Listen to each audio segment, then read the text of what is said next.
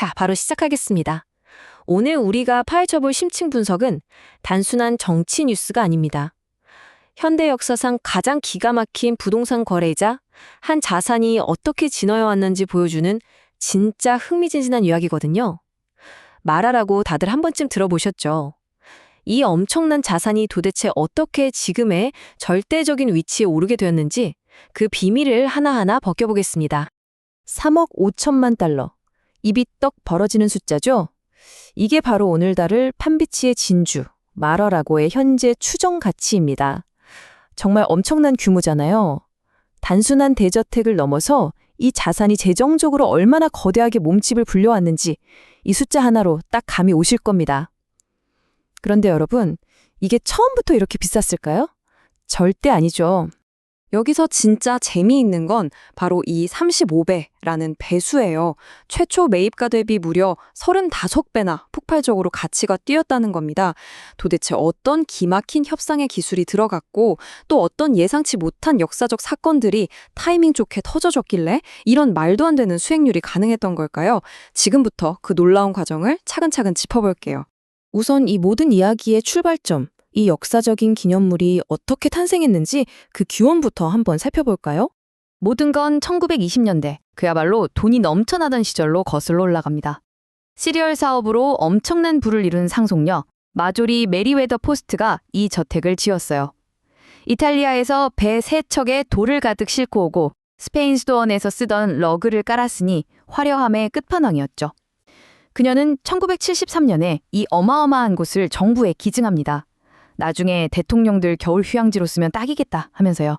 실제로 1974년에 닉슨 전 대통령이 외교 사절단 맞이할 곳을 찾으려고 헬기 타고 쓱 둘러보기도 했어요.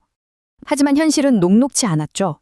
정부 입장에선 유지비도 장난 아니고 보안 문제도 너무 골치 아팠던 거예요.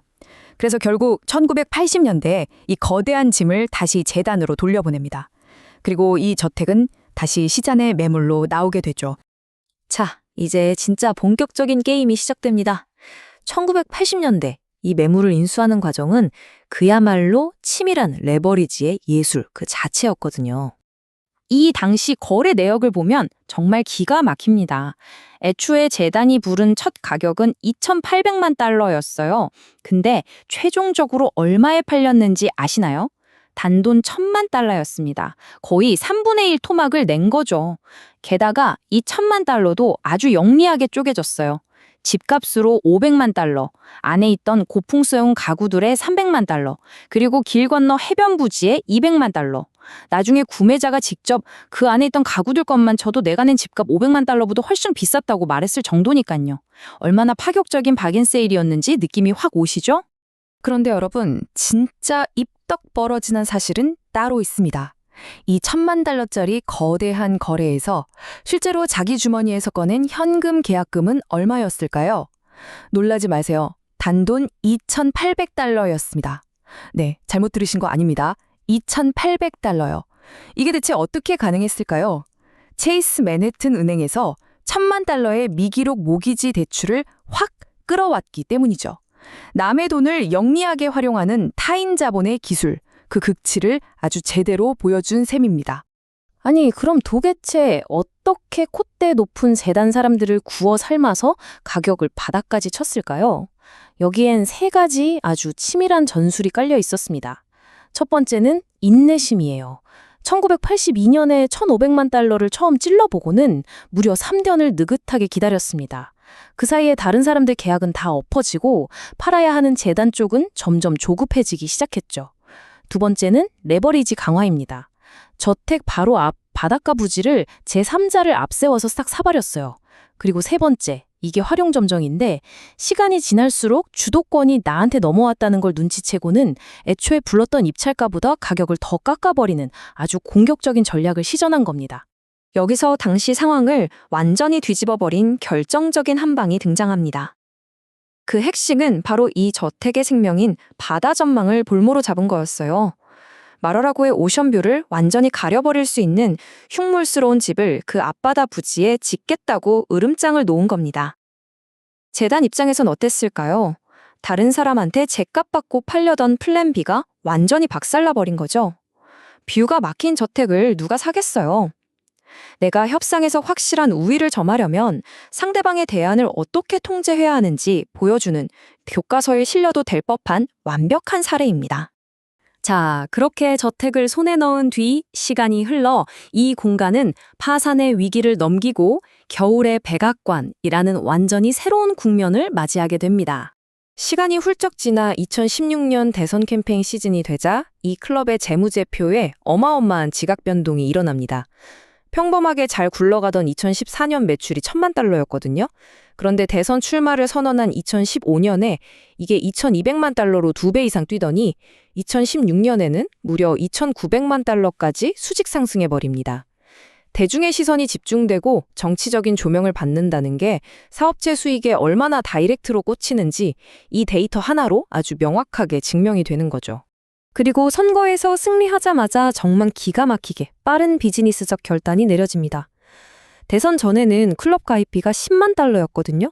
근데 선거 직후에 이 가입비를 정확히 2배, 20만 달러로 확 올려버립니다.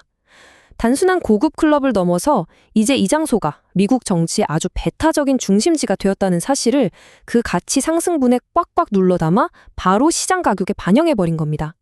여기서 진짜 재미있는 포인트는요, 이 프라이빗 클럽이 실제로 국제 외교가 펼쳐지는 겨울의 백악관 역할을 톡톡히 해냈다는 겁니다.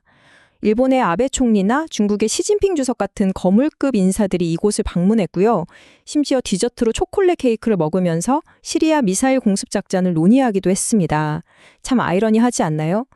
수십 년 전 유지비 감당 안 된다고 미국 정부가 토해냈던 바로 그 사유지가 결국에는 처음 저택을 지었던 포스트 할머니가 그토록 꿈꾸었던 대통령의 화려한 휴양지라는 비전을 아주 기묘한 방식으로 완벽하게 이뤄낸 셈이니까요. 이제 이 매혹적인 자산 이야기의 마지막 장, 팬데믹을 거치며 어떻게 35배라는 폭발적인 최종 수익률을 달성했는지 살펴볼 차례입니다.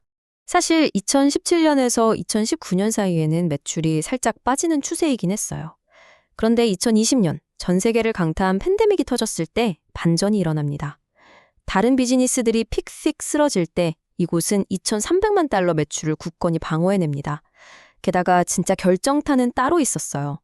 뉴욕이나 코네티컷 같은 북동부에 살던 엄청난 부자들이 따뜻한 플로리다 팜비치로 물밀듯이 밀려내려온 겁니다.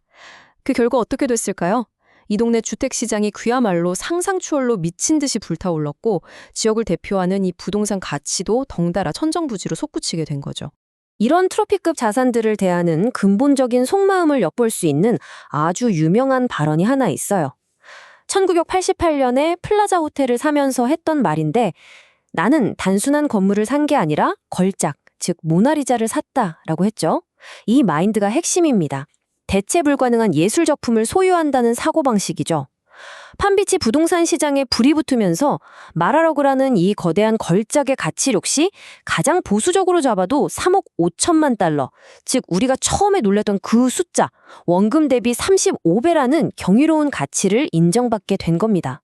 최근 몇 년간 이 공간이 겪은 굵직한 사건들만 쭉 늘어나도 정말 스펙타클합니다. 세금 높은 뉴욕을 떠나 세금 없는 플로리다로 공식 거주지로 옮기는 영리한 재무적 결단이 있었고요.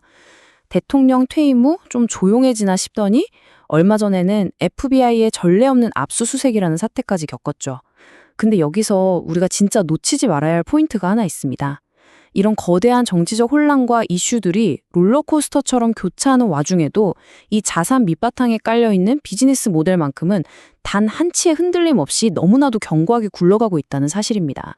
결국 이곳은 수요와 공급이라는 일반적인 부동산 공식을 완전히 초월해버렸습니다. 이른바 궁극의 부동산 변수를 자체적으로 탑재해버린 거죠. 역사적인 사건, 대선 캠페인, 심지어 외교적 갈등이나 연방기관의 수사 같은 모든 거시적 이슈들이 역설적이게도 이 부동산의 이름값과 희소성을 끝없이 펌핑하는 가장 강력한 복리이자로 작동했다는 겁니다. 정말 대단하지 않나요? 1920년대 시리얼 상속녀의 달콤한 꿈으로 지어진 저택이 현대 미국 정치의 한가운데를 차지하기까지 이 기막힌 여정과 35배라는 폭발적인 수익률은 우리에게 무엇을 시사할까요? 치밀한 인내심, 영리한 레버리지, 그리고 거대한 역사의 파도를 타는 레거시 부동산의 예측 불가능한 힘에 대해 정말 많은 생각이 들게 합니다. 여러분은 이 압도적인 자산의 진화 과정에서 어떤 인사이트를 얻으셨나요? 오늘 준비한 심층 분석은 여기까지입니다. 이 흥미진진한 자산의 궤적을 통해 여러분의 시야도 한층 넓어지셨길 바라며 계속해서 새로운 정보들에 호기심을 가져보시길 바라며 함께해 주셔서 감사합니다.